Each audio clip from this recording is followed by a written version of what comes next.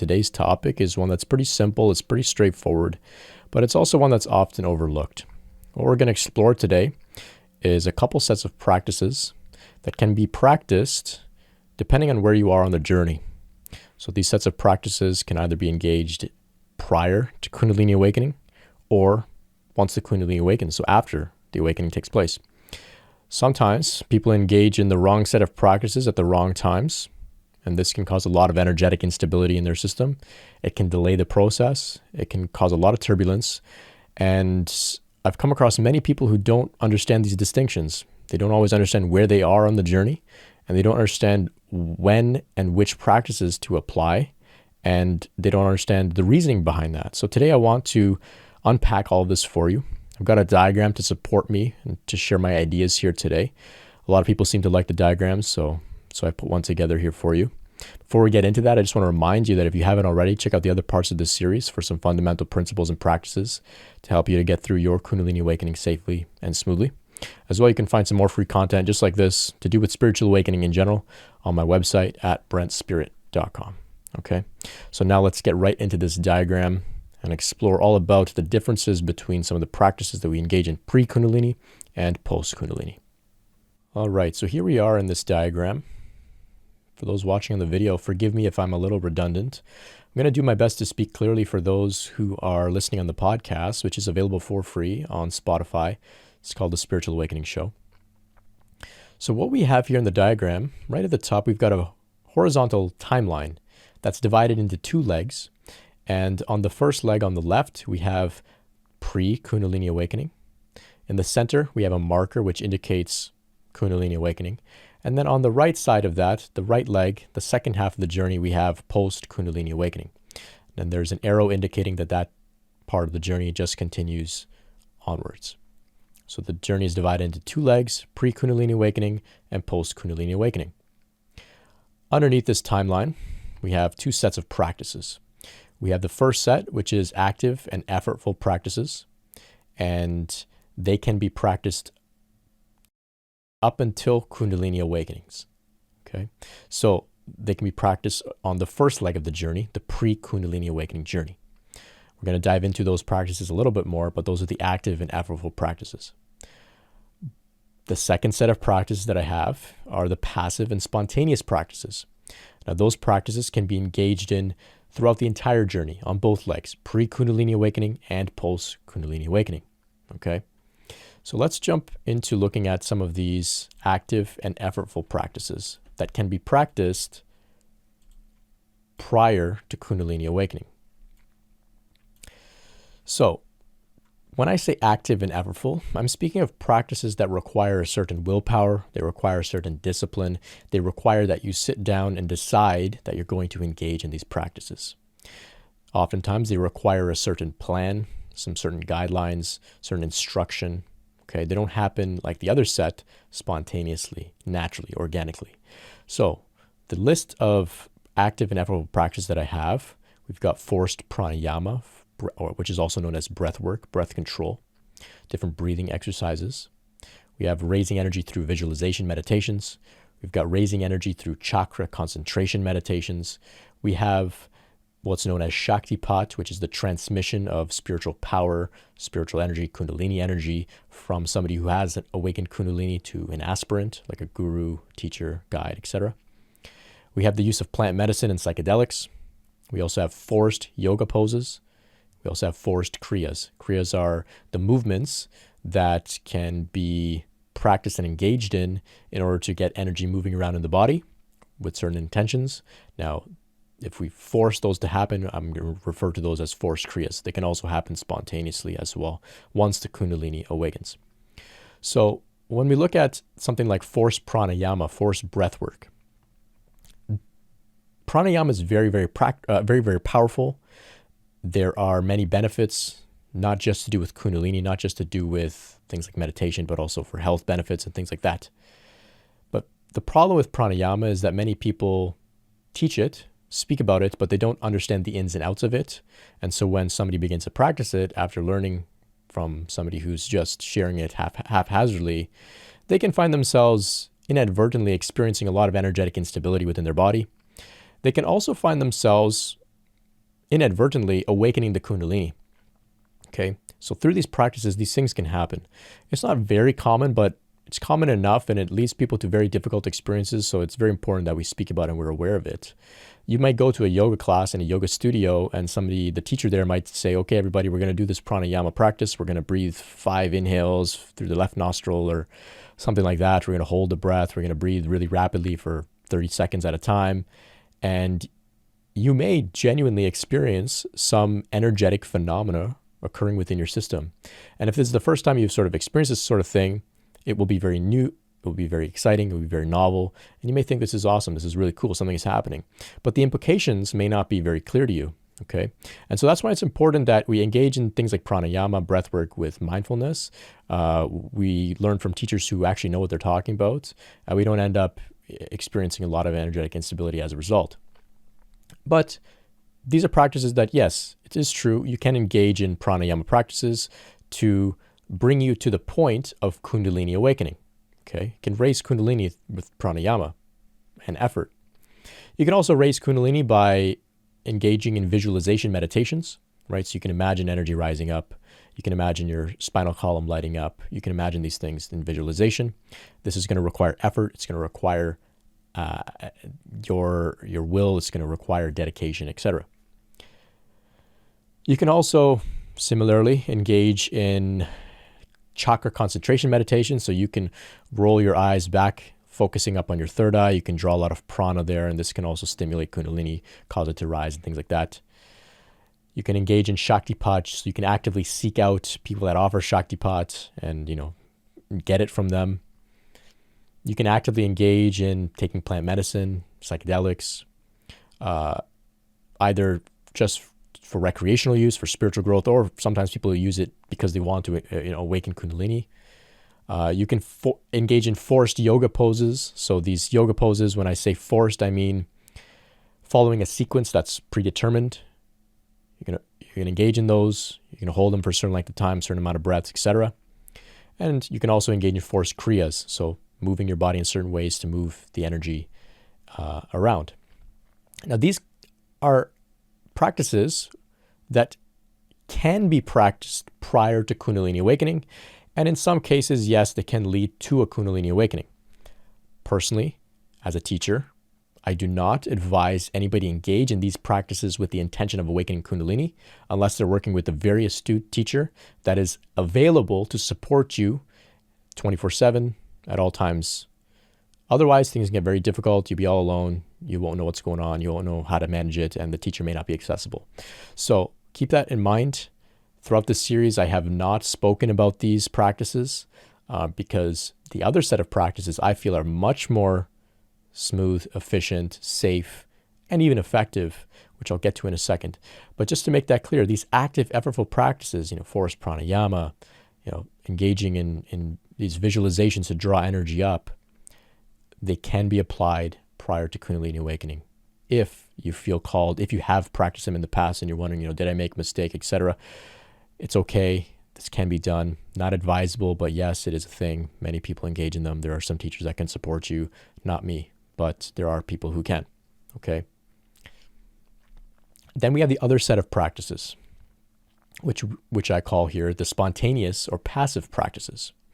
So when I speak of spontaneous, when I speak of passive, I mean practices that don't require incredible effort, will, a plan, discipline, etc.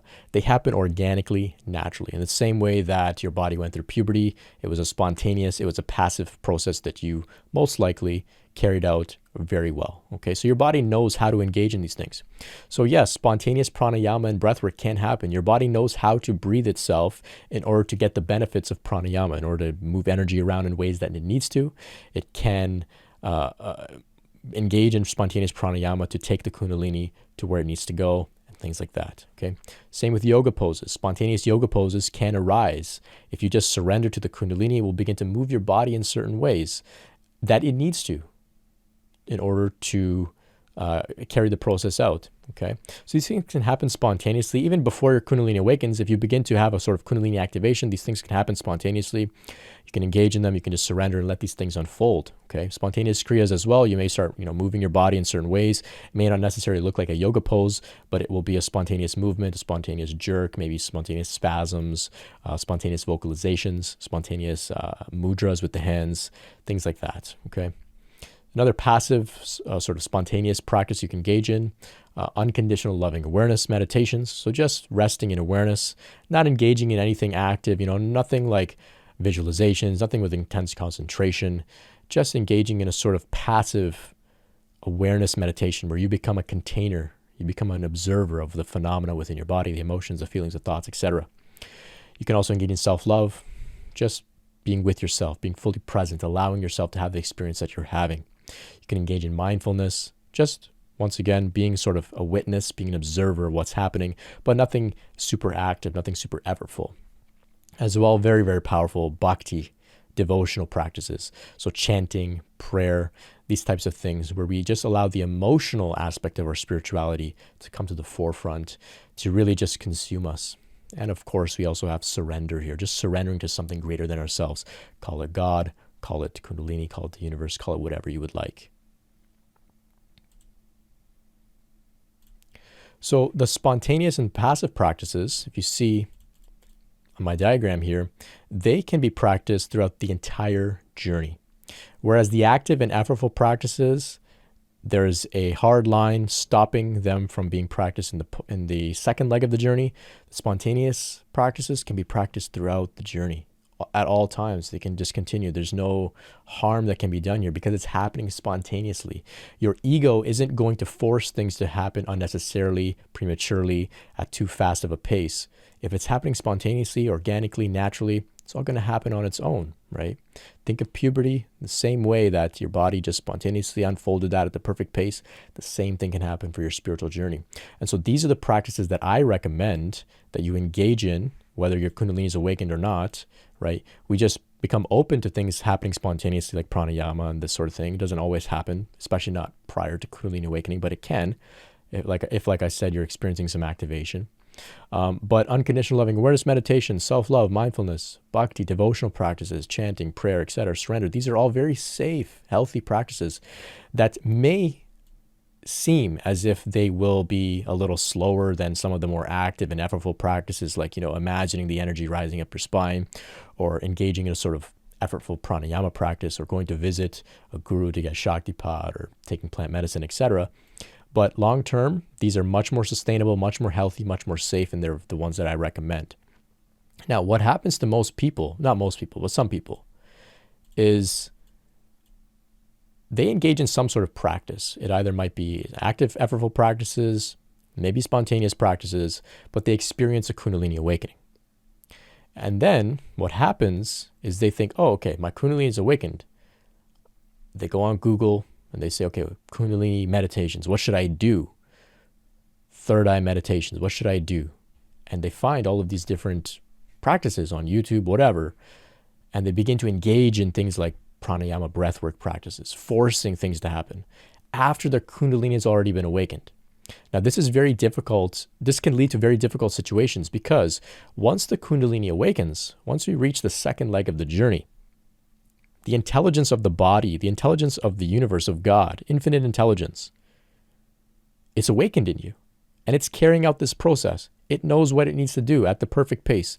It no longer needs you to come in with the ego and try to make things happen on your own pace, on your own agenda. It doesn't need you to start forcing pranayama to happen. It's awakened.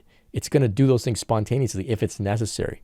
But what happens is people think, like I said, I've had a Kundalini awakening. That means I need to start doing things. I need to start engaging in practices to support this process or to make some of the symptoms go away or the signs of this transformation to go away. I need to engage in something to facilitate this. No, we don't need to engage in anything except the second set of practices, the passive and spontaneous practices. You need to engage in surrender. You need to engage in devotion to something greater than yourself. Call it God, the universe, nature, whatever it is. You need to engage in self-love. You need to engage in just unconditional awareness meditations, just abiding as awareness of whatever's arising within your system. If Pranayama happens spontaneously. If you spontaneously have kriyas, yoga poses, that's welcome. But you don't need to force any of that to happen, because now you're in the second leg of the journey where the intelligence of the body knows what it needs to do. It does not need your effort or your ego to come in and try to, micromanage the process. This is very important for people to understand, because what happens if you have awakened your Kundalini? The energy is moving through your system. It's doing its work. It's transforming the entire system. And you come in and start engaging in pranayama practice that you heard at a Kundalini yoga class taught by somebody who had, 200 hours of training. Now you're meddling in the process. You're interfering. You're forcing things to happen unnecessarily. It's like if somebody is doing some work and you're just like coming in and like doing your own thing. It doesn't make sense. The energy of Kundalini, of God, of Shakti is doing what it needs to do. It doesn't need your ego to come in and now start engaging in like these pranayama things or like forcing different kriyas. You don't need to force anything once the Kundalini is awakened. That's the point of it awakened. It is awake now. Maybe you awakened it through some of these active and effortful practices, sure, but now it's awake. So you can just take the passenger seat, become the co-pilot, support it with your general maintenance practices, like taking care of your body, going for walks, eating the right foods, avoiding taking in like violent, media, things like that. Engage in the very simple, straightforward practices: self-love, mindfulness, bhakti, surrender, right? I'm getting fired up here, if you can tell, because so many people say, hey, I had this awakening experience, Brent. So I looked up on YouTube. I felt some pressure in my third eye. So I thought, okay, I need to help this Kundalini to, work on my third eye. So I started to engage in this third eye meditation practice. And now I can't sleep. It's been 3-4 days and I haven't slept. Well, yeah, it's been 3-4 days and you haven't slept because you pushed too hard. The Kundalini was doing its work at the right pace and you came in and tried to speed things up. And now the energy's been destabilized. You're all over the place. And we need to find energetic balance. Now, don't be afraid. Most of these things you can always correct over time with humility, with the willingness to do that. It's not like you can permanently, hurt yourself, but you can give yourself a very difficult period in your life as a result of engaging in the wrong practices at the wrong times. So be mindful of this. Once the energy is awakened, you can relax a little bit. Just relax in the process. Let go. Think back to puberty. If you had a child, if you're a mother and had a child, think back to when you were pregnant. You didn't go in and start thinking, okay, how am I going to develop my baby's heart? How am I going to develop my baby's brain? No, you just trusted the natural intuition, the natural intelligence of the body to go through the pregnancy. In the same way, this can happen for you as well. You don't need to come in with effort and forcing things to happen once it's awakened, okay? Now, with all of this said, this is why I really emphasize engaging in the passive and spontaneous practices, regardless of where you might be on your journey. You may not know where you are in your journey. Kundalini awakening doesn't always come with a very, fireworks or a very clear, obvious sign. Sometimes it happens very gradual, very subtle in the background almost, and you may not know. So that's why it's important to discern where you are on your journey. If you cannot discern it, it's not a problem. No worries at all. Just engage in the passive, the spontaneous practices. So no matter where you are on your journey, these never go out of style. They never get old. They never become obsolete. They never become ineffective. Okay. Bhakti, surrender, mindfulness, self-love, unconditional awareness, the willingness to go into spontaneous phenomena like kriyas, breathwork, etc. All of that is always welcome, no matter where you are on the journey. So this is where your attention should really lie.